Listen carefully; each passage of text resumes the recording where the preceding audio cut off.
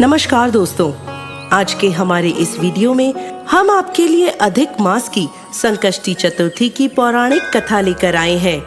प्राचीन काल में सतयुग में चंद्रसेन नाम के एक राजा थे।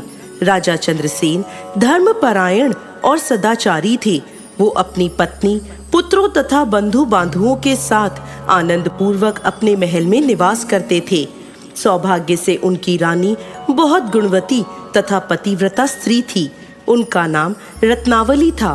एक दिन शत्रुओं ने उनके राज्य पर हमला कर दिया और उनके राजपाट और सेना पर आधिपत्य जमा लिया। राज्य छिन जाने के बाद राजा चंद्रसेन के भाई बंधुओं ने भी उनका साथ छोड़ दिया। इसके बाद राजा अपनी पत्नी रत्नावली के साथ वन की ओर चले गए। वन में भटकते हुए, भूख प्यास और कष्ट सहते हुए वह समय बिता रहे थे।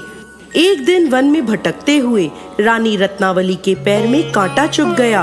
रानी के पैर में चुभे कांटे को देखकर राजा को अपार कष्ट हुआ। वन में भटकते हुए राजा की नजर महर्षि मार्कंडे पर पड़ी। वह दोनों उनके पास गए और उन्हें प्रणाम किया।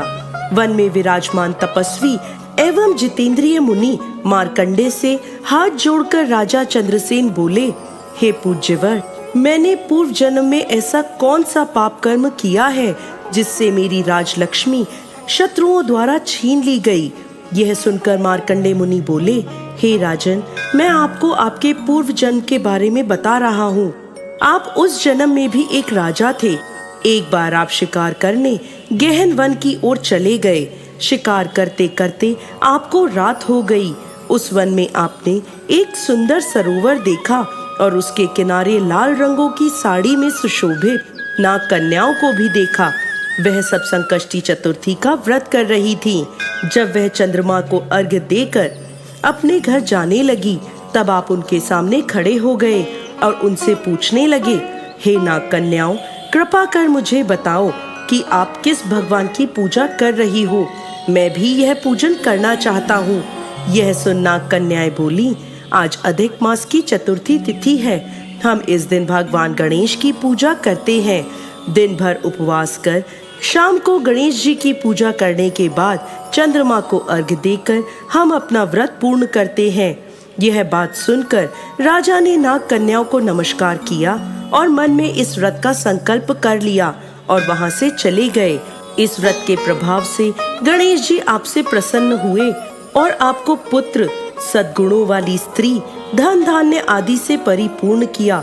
परंतु कुछ समय बाद गर्भ में आकर आप गणेश जी का यह व्रत करना भूल गए। इसके कुछ समय बाद आप मृत्यु को प्राप्त हुए।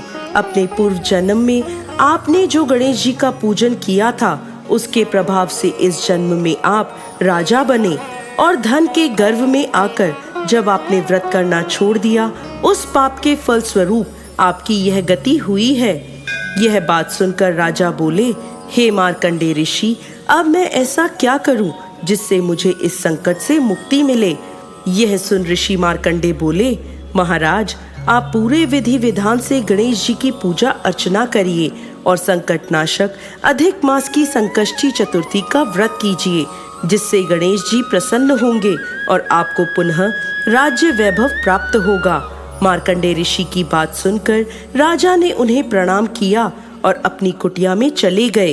इसके बाद राजा ने अपनी रानी के साथ भक्ति पूर्वक विधिवत संकष्टी चतुर्थी का व्रत किया। व्रत करने से उनके शत्रुओं का नाश हुआ और उन्होंने अपना खोया हुआ राज्य पुनः प्राप्त किया। हे गणेश जी महाराज, इस कथा को कहते, सुनते और होकारा भरते सब पर कृपा करिए। जय गणेश जी महाराज।